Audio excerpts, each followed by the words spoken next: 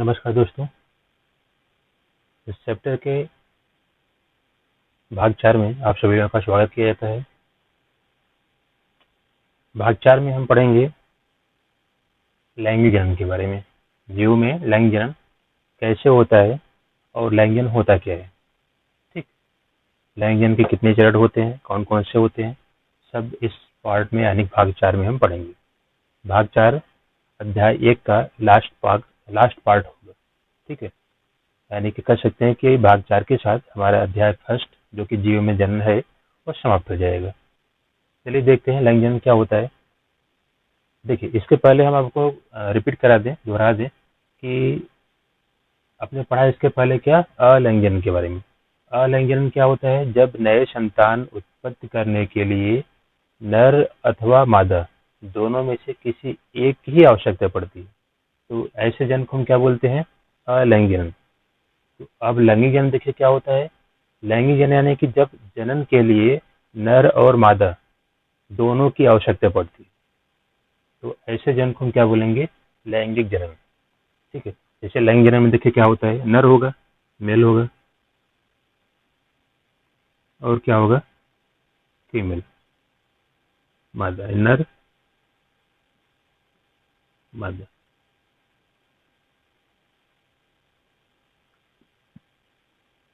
यहाँ पे हम मनुष्य को ले रहे हैं।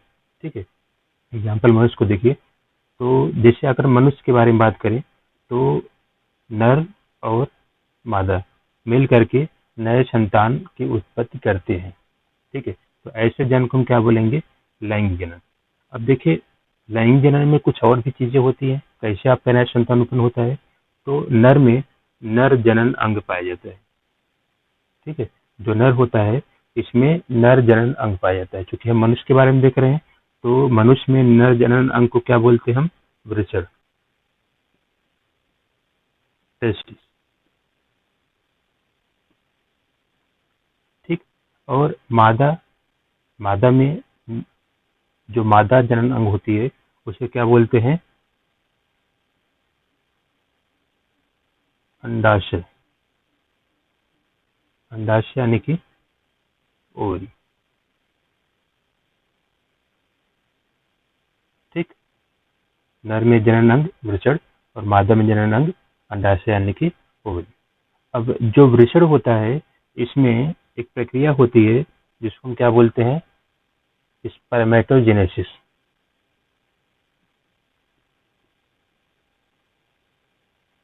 स्पर्मेटोजेनेसिस, इसको हिंदी में बोलते हैं शुक्राणु जन्म। शुक्राणु जन्म। देखिए, जनन जनन मतलब क्या? बनना, यानी कि उत्पन्न होना। क्या बनेंगे यहाँ पे? शुक्राणु बनेंगे, यानी कि शुक्राणुओं के बनने की प्रक्रिया को क्या बोलते हैं? स्पर्मेटोजेनेसिस यानी कि शुक्राणु जन्म। उसी प्रकार से जो अंडाशय यानी कि ओवरी होती है उसमें भी एक प्रक्रिया होती है, इसे क्या बोलते हैं हम? oogenesis। oogenesis यानी कि अंडाणु जन्म। अंडाणु जनन। ठीक है, यहाँ भी देखिए जनन है। जनन से मतलब क्या बनेगा? यहाँ पे अंडाणु बनेगा। तो जब भी आपका वृषण में शुक्राणु जनन यानी कि स्पर्मेटोजेनेसिस प्रक्रिया होती है तो क्या बनते हैं? स्पर्म बनते हैं। ठीक है, ये जो स्पर्म बनते हैं यहाँ पे कितने प्रकार के बनेंगे? ये दो प्रकार के स्पर्म। कितने प्रकार के बनेंगे? दो प्रकार की। एक किसके आधार पर? गुणसूत्र, लिंग गुणसूत्र के आधार पर। ठीक है, एक में क्या होगा? एक जो आपका स्पर्म बनेगा वो कैसा बनेगा? वो कैसा होगा आपका? यक्ष गुणसूत्र वाला। ठीक है, और एक क्या होगा आपका? वाई गुणसूत्र वाला। मतलब कह सकते हैं कि जो स्पर्म बनते हैं उसमें से 50% एक्स गुणसूत्र वाले और 50% आपके वाई गुणसूत्र वाले स्पर्म होते हैं। ठीक है, अब देखिए, जो अंडाणु जनन होता है यानी कि oogenesis प्रक्रिया होती है इसमें केवल एक अंडाणु बनता है। ठीक है, एक बार में केवल एक अंडाणु बनता है, यानी कि एक ओवम बनेगा, और वो भी कैसा होगा? एक्स होगा।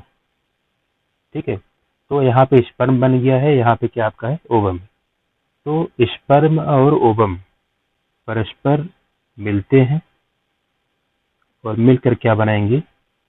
भ्रूण बनाएंगे, जाइगोट बनाएंगे। ठीक है, ये क्या बनेगा यहाँ पे, जाइगोट।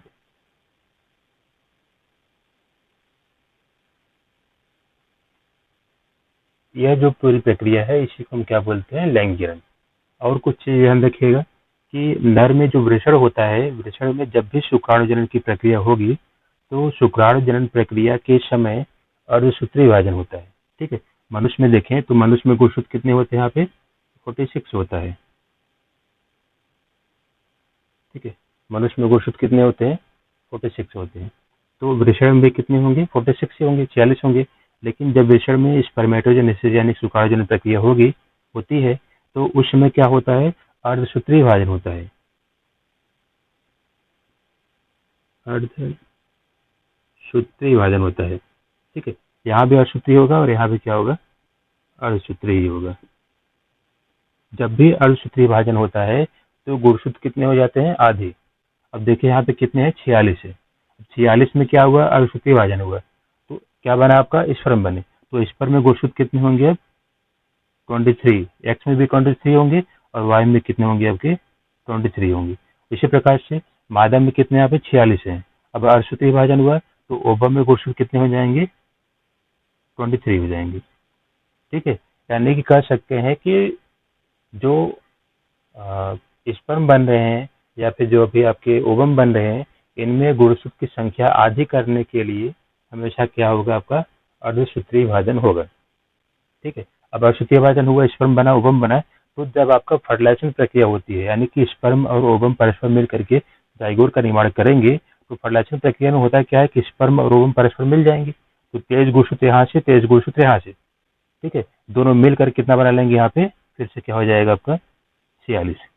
ठीक है, अब देखिए जब गुणसूत्र आपके बराबर होते हैं यानी कह सकते हैं कि शरीर के सभी कोशिकाओं के समान होते हैं लगभग, तो यानी कि 46 होते हैं, तो ऐसे कंडीशन को हम क्या बोलते हैं, द्विगुणित। द्विगुणित यानी कि डिप्लॉयड, क्या होंगे, डिप्लॉयड। और जब गुणसूत्र कितना होते हैं, आधे होते हैं, इसे यहाँ पे क्या है आपका है, आधा है। जब आधा रहता है क्या बोलते हैं, हेप्लॉयड। हेप्लॉयड यानी कि अगुणित। ठीक है, हेप्लॉयड यानी कि अगुणित और डिप्लॉयड यानी कि द्विगुणित। ठीक है, तो ये है आपका टोटल लैंगिक जनन। अब लैंगिक जनन को फिर से देखते हैं थोड़ा सा पार्ट वाइज करके। तो पहले हम देखेंगे जो लैंगिक जनन होता है उसके कौन कौन से भाग होते हैं।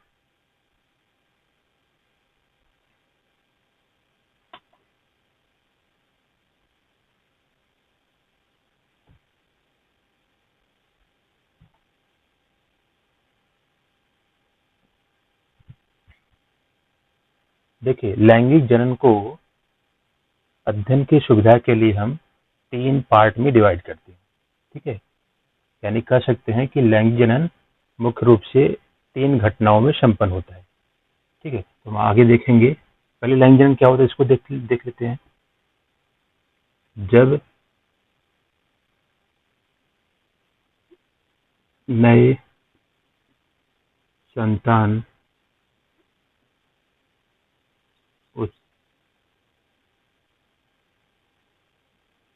उत्पन्न करने के लिए नर और मादा दोनों की आवश्यकता आवश्यकता होती है, तो इस प्रकार के जनन को लैंगिक जनन कहते हैं। इस प्रकार के जनन को लैंगिक जनन कहते हैं। ठीक है, लैंगिक जनन किसे कहते हैं, जब नए संतान उत्पन्न करने के लिए नर और मादा दोनों की आवश्यकता होती है, तो इस प्रकार जनन क्या बोलते हैं हम, लैंगिक जनन। चलिए आगे देखते हैं लैंगिक जनन की घटनाएं।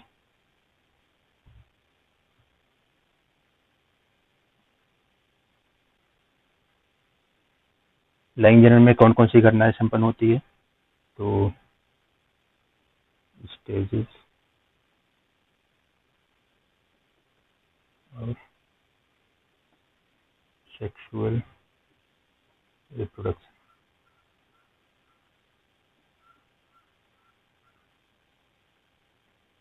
लैंगिक जनन की घटनाएं।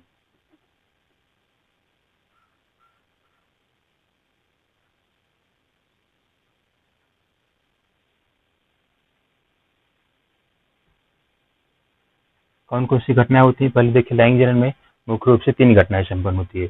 सबसे पहला जो होता है उसको बोलते हैं निषेचन पूर्व घटना या अवस्था। निषेचन पूर्व घटना। निषेचन पूर्व घटनाएं। दूसरा आपका है निषेचन। दूसरा है निषेचन। तीसरा आपका है निषेचन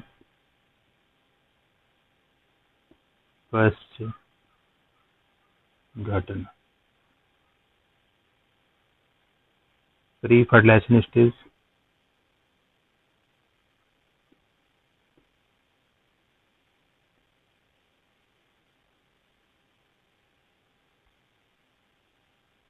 फर्टिलाइजेशन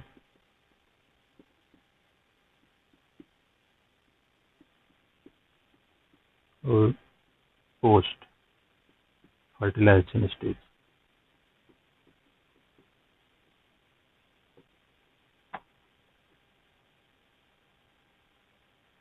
ठीक है। लैंगिक जनन मुख्य रूप से 3 घटनाओं में संपन्न होता है। पहला आपका निषेचन पूर्व अवस्था, यानी कि ऐसी अवस्था जो कि निषेचन की पहले होती है। दूसरा आपका है निषेचन।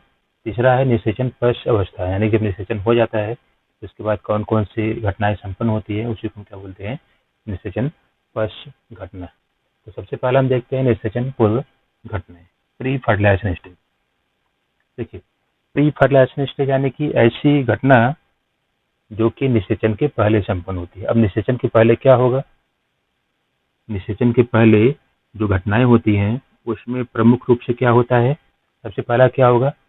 युग्मक बनेंगे। तो हम क्या बोलेंगे? युग्मक जनन।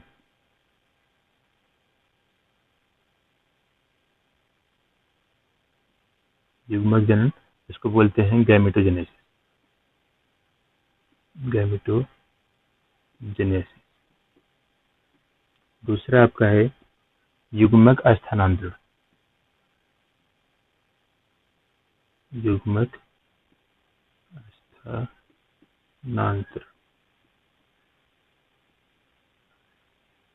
गैमेट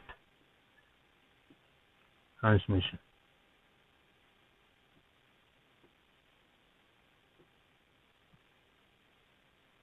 ठीक है। तो निषेचन पूर्व घटना में मुख्यतः 2 घटनाएं संपन्न होती हैं। पहला आपका युग्मक जनन, दूसरा क्या है? युग्मक स्थानांतरण। सबसे पहला देखते हैं, पहला क्या है आपका? है युग्मक जनन किसे कहते हैं? देखिए, जैसे अभी आपको हम बताएं कि जो नर होता है, अगर इसको हम देखें, जो नर होता है और जो मादा होती है उसमें जनन अंग पाए जाते हैं। जैसे नर का जनन अंग क्या होता है? टेस्टिस।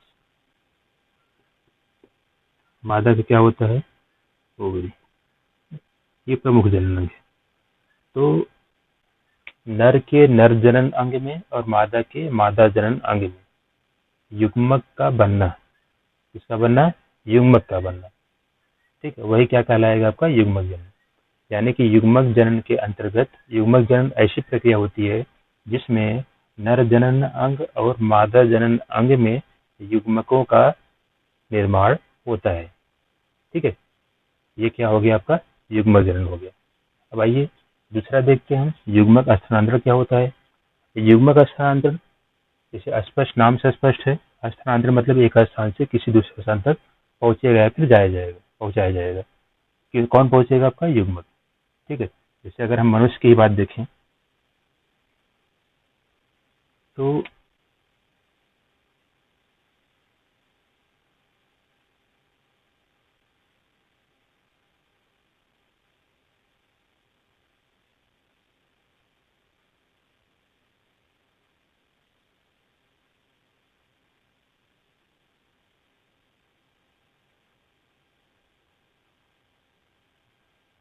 ठीक है, ये है मादा जनन, मनुष्य का मादा जनन अंग है ये।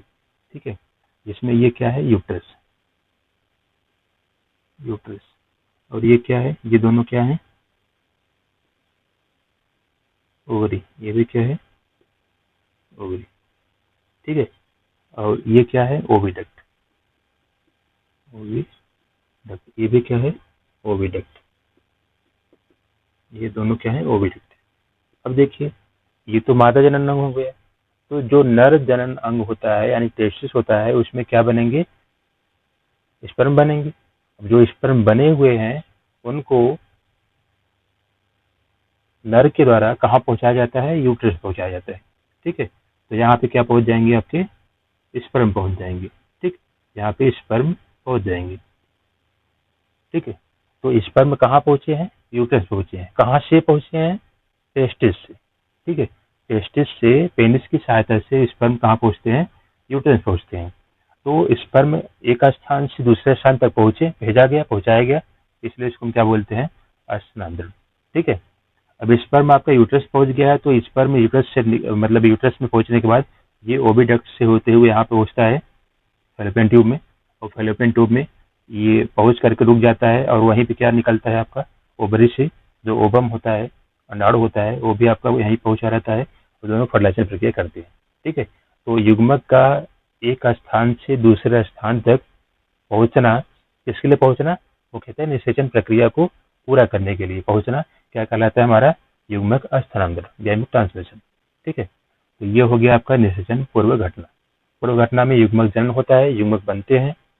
ठीक है, और दूसरा क्या होता है, युग्मक स्थानांतरण, यानी कि फर्टिलाइजेशन प्रक्रिया के लिए युग्मक को एक स्थान से दूसरे स्थान तक पहुंचाया जाता है या फिर ले जाया जाता है।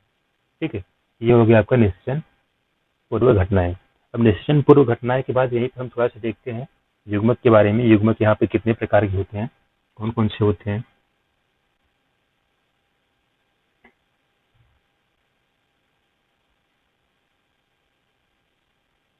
तो यहाँ पे देखेंगे types of gamete. Types of gamete, युग्मक के प्रकार।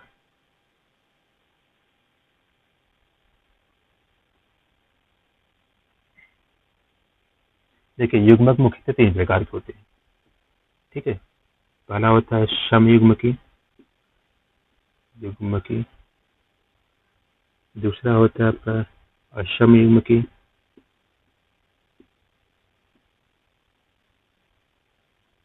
तीसरा होता है आपका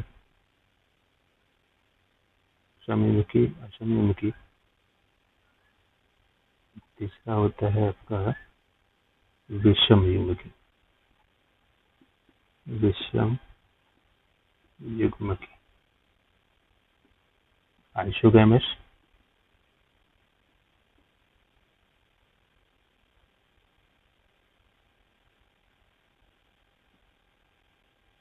एन आइसोगैमस, एन आइसोगैमस। और तीसरा होता है आपका ऊगैमस। ऊगैमस।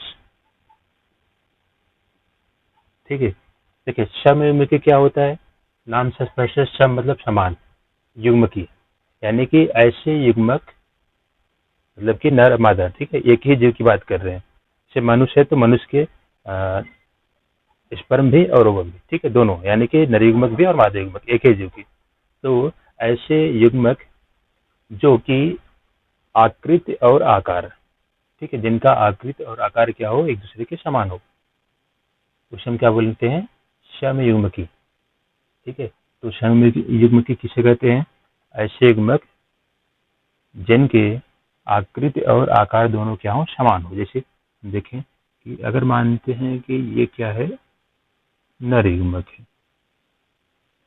ठीक है, ये आपका नर युग्मक है। तो मादा युग्मक भी बिल्कुल इतनी ही बड़ी और गोलाकार ही होना चाहिए।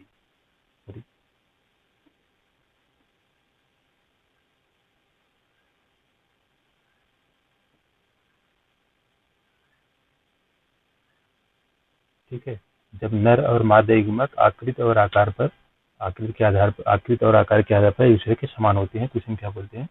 समयुग्मकी। दोनों की आकृति और आकार बराबर होना चाहिए। ठीक है।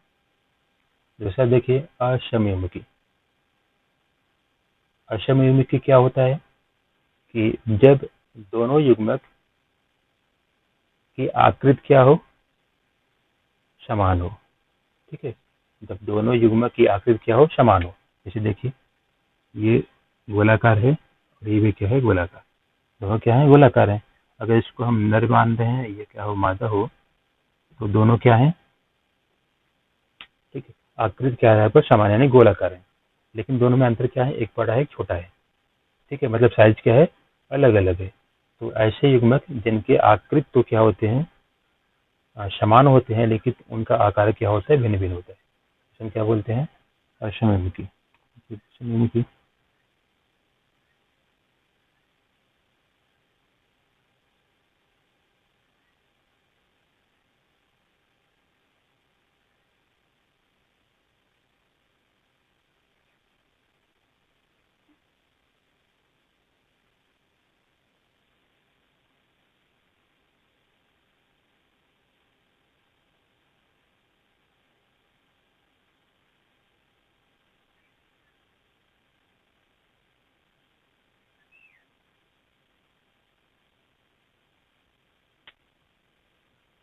देखिए विषम युग्म क्या होता है? जब नर युग्मक और मादा युग्मक एक दूसरे से बिल्कुल अलग हो। एक देखिए यहाँ पे गोलाकार है, एक क्या आपका है? टैडपोल लाइक है, यानी कि जो आपका कह सकते हैं कि डेक्स फिश होता है उसके समान है। ये मनुष्य का दोनों है। तो मनुष्य में जो मादा युग्मक होता है गोलाकार होती है, और जो नर युग्मक होता है यानी कि स्पर्म होता है आपका टैडपोल लाइक होता है। तो दोनों अलग अलग हैं, साइज के आधार पर भी और आकृति के आधार पर भी। तो ऐसे युग्मक हम क्या बोलते हैं? विषम युग्मकी। ठीक है। ये हो गया आपका टाइप्स ऑफ गैमेट। एग्जाम्पल देख लेते हैं। ठीक। देखिए जो असम युग्मकी है, इसके अंतर्गत आता है यूलोथिक्स। Example for example यूलोथिक्स, यूलोथिक्स, spirogyra, spirogyra. और जो आपका असम युग्मकी है, इसका एग्जाम्पल देख लेते हैं।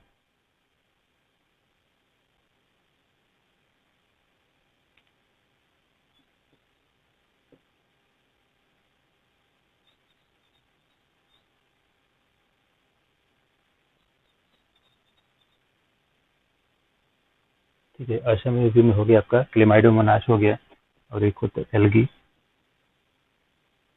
ठीक, ये हो गया आपका असम युग्मकी। विषम युग्मकी मनुष्य, ह्यूमन, और कह सकते हैं एनिमल्स। ठीक है, ये हो गया आपका विषमयुग्मक। समयुग्मक यानी कि ऐसे युग्मक, ऐसे दोनों युग्मक जो कि आकृति और आकार के आधार पर समान होते हैं, समयुग्मकी कहलाता है। जैसे आपका यूरोथिक्स, स्पाइरोगायरा। असमयुग्मकी ऐसे युग्मक जो कि आकृति के आधार पर तो क्या होते हैं?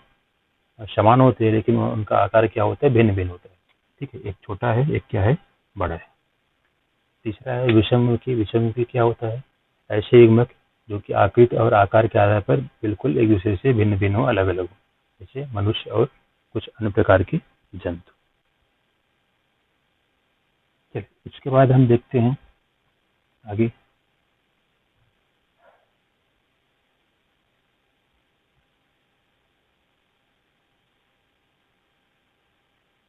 ये था आपका निषेचन पूर्वावस्था। दूसरा आपका है फर्टिलाइजेशन, निषेचन, फर्टिलाइजेशन, निषेचन।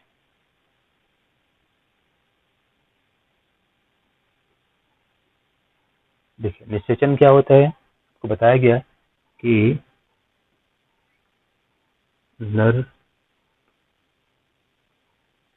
और मादा, ठीक है, इनमें जनन अंग पाए जाते हैं। जैसे अगर मनुष्य की बात करें, यहाँ पे टेस्टिस, यहाँ पे आपका ओवरी। टेस्टिस में प्रक्रिया होती है स्पर्मेटोजेनेसिस, स्पर्मेटोजेनेसिस।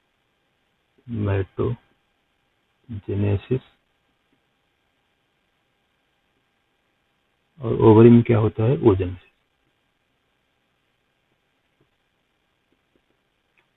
स्पर्मेटोजेनेसिस प्रक्रिया के फलस्वरूप क्या बनते हैं? स्पर्म बनते हैं। और ओवरी में ओजेनेसिस प्रक्रिया के फलस्वरूप क्या बनेंगे? ओवम। स्पर्म हमेशा अनेकों की संख्या में बनते हैं और ओवम समांतर एक बनता है मनुष्य में। ठीक है, अब देखिए स्पर्म और ओवम बन गए हैं। स्पर्म में क्या है? हेप्लॉइड होते हैं, सिंगल एन होते हैं, और ओवम क्या होता है? सिंगल एन यानी कि हेप्लॉइड होते हैं। अगर मनुष्य को देखिए तो यहाँ पे कितना होगा? 23 होगा। यहाँ पे कितना होगा आपका? 23। अब जब स्पर्म और ओवम यानी कि नर युग्मक, स्पर्म को हम क्या बोलते हैं? नर युग्मक, और ओवम क्या बोलते हैं? मादा युग्मक। जब आपका स्पर्म और ओवम दोनों बन गए हैं तो अब ये एक दूसरे के कांटेक्ट में जब आते हैं, एक दूसरे के संपर्क में जब आते हैं, तो स्पर्म ओवम के साथ मिल करके क्या बनाता है? जाइगोट बनाता है, भ्रूण बनाता है। ठीक है, तो स्पर्म और ओवम का परस्पर मिल करके युग्मनज यानी कि भ्रूण, जाइगोट का निर्माण करना क्या कहलाता है? फर्टिलाइजेशन। यहाँ पे क्या बन जाएगा आपका? ये बन गया आपका 2n यानी कि 46 हो जाएगा। ये हो गया आपका जाइगोट। ये जो प्रक्रिया है इसी को हम क्या बोलेंगे? फर्टिलाइजेशन।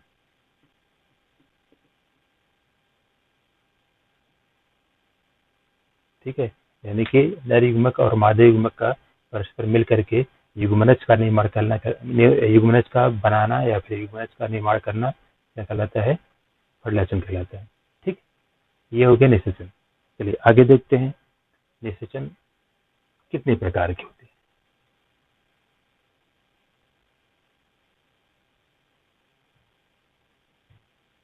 तो हेडिंग नेक्स्ट आपका है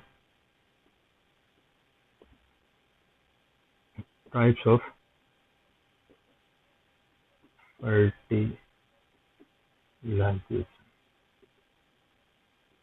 निषेचन के प्रकार। देखिए निषेचन कितने प्रकार के होते हैं?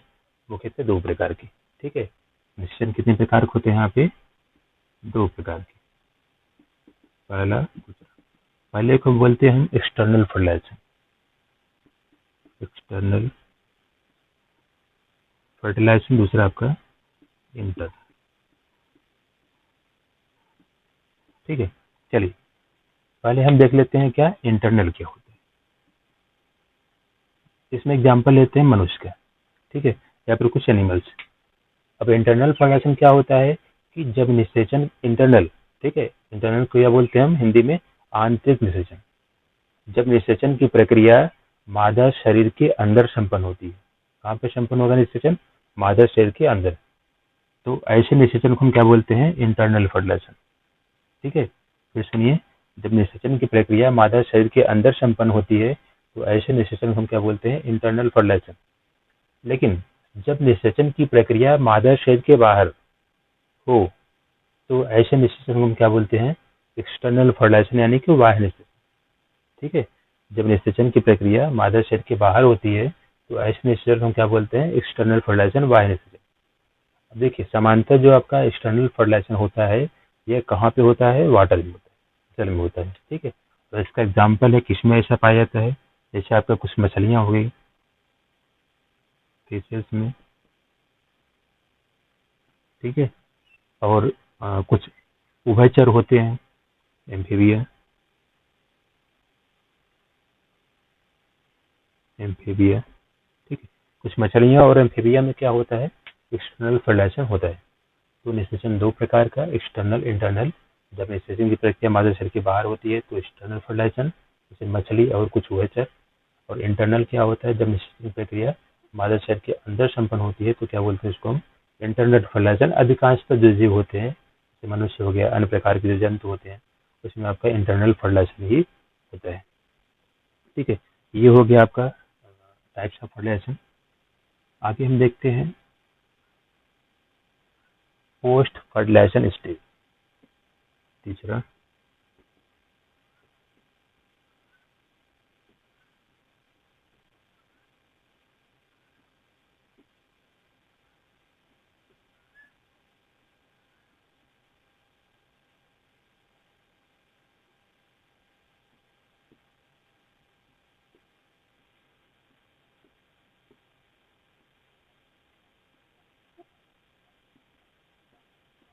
ठीक है, ये आपका है पोस्ट फर्टिलाइजेशन स्टेज यानी कि निषेचन पश्च अवस्था। निषेचन पश्च अवस्था यानी कि वह प्रक्रिया जो निषेचन के बाद होगा। ठीक है, अब निषेचन के बाद क्या हुआ, जब फर्टिलाइजेशन प्रक्रिया हो गई तो क्या बन गया, आपका युग्मनज बन गया, युग्मनज बन गया। ठीक है, जब युग्मनज बन गया है तो अब युग्मनज में क्या होगा, इसे मानते हमारा युग्मनज बना हुआ है। पहले जब फर्टिलाइजेशन प्रक्रिया होती है तो जो युग्मनज बनता है वो आपका 2n होगा और सिंगल सेल्ड होगा।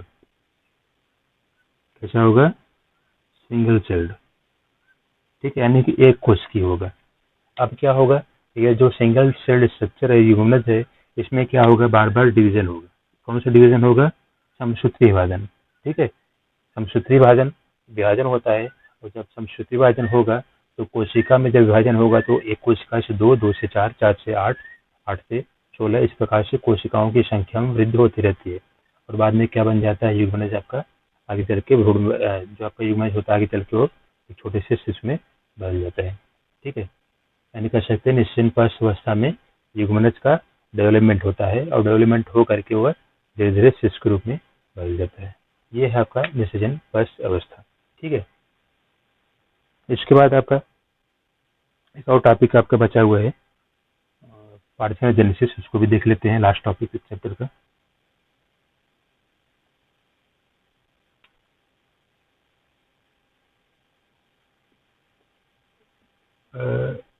निषेचन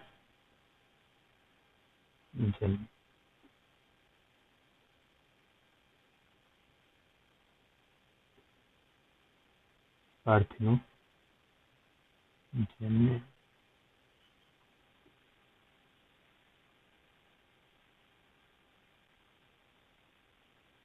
देखिए अनिषेक जनन क्या होता है, देखिए इसमें हिंदी देखेंगे तो अनिषेक, निषेक मतलब क्या, निषेचन, लग गया मतलब निषेचन के बिना ही कुछ बन जाना, मतलब उत्पन्न होना। ठीक है, यानी कि बनना।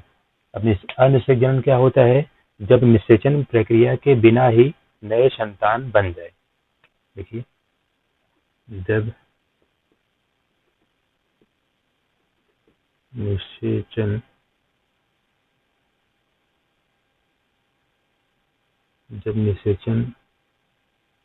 प्रक्रिया के बिना ही नए संतान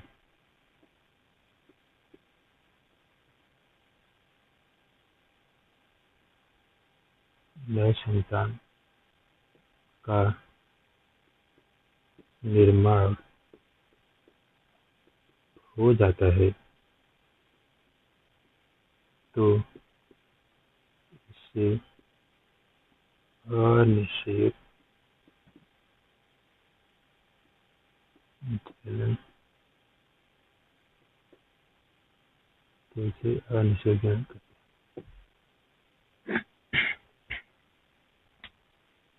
ठीक है, तो अनिषेक जनन क्या होता है, जब निषेचन प्रक्रिया के बिना ही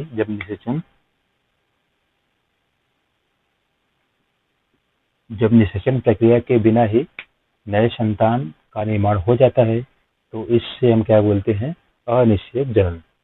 ठीक है, मतलब निषेचन के बिना ही निषेचन के बिना ही क्या हो, संतान बन जाए तो क्या बोलेंगे हम, अनिषेक जनन। ऐसा कई जीव में पाया जाता है, फॉर एग्जाम्पल जैसे मधुमक्खी।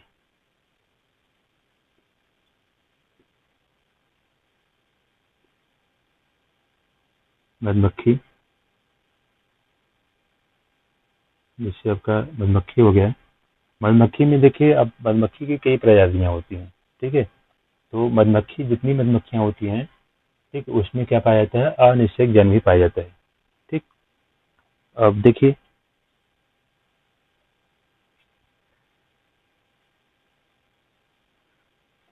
मधुमक्खी के अलावा छिपकली में भी क्या होता है, आपका अनिषेक जनन पाया जाता है। ठीक है, कुछ मेढक भी होते हैं, मेढक की कुछ प्रजातियां भी होती हैं जिसमें भी क्या होता है, आपका अनिषेक जनन पाए जाते हैं। तो ये था आपका अनिषेक जनन।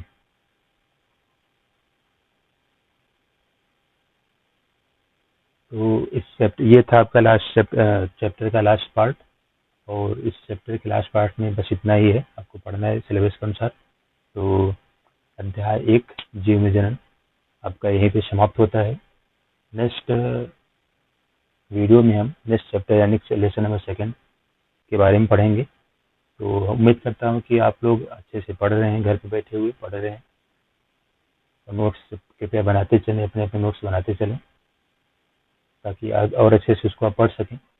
जो भी प्रॉब्लम्स आपको होती है वो आपको कमेंट्स में आप पूछ सकते हैं, या फिर वीडियो में जो भी प्रॉब्लम आपको दिखाई देते हैं उसके बारे में आप सजेशंस भी दे सकते हैं। चलिए आज के लिए बस इतना ही, मिलते हैं अगले वीडियो में, तब तक के लिए नमस्कार।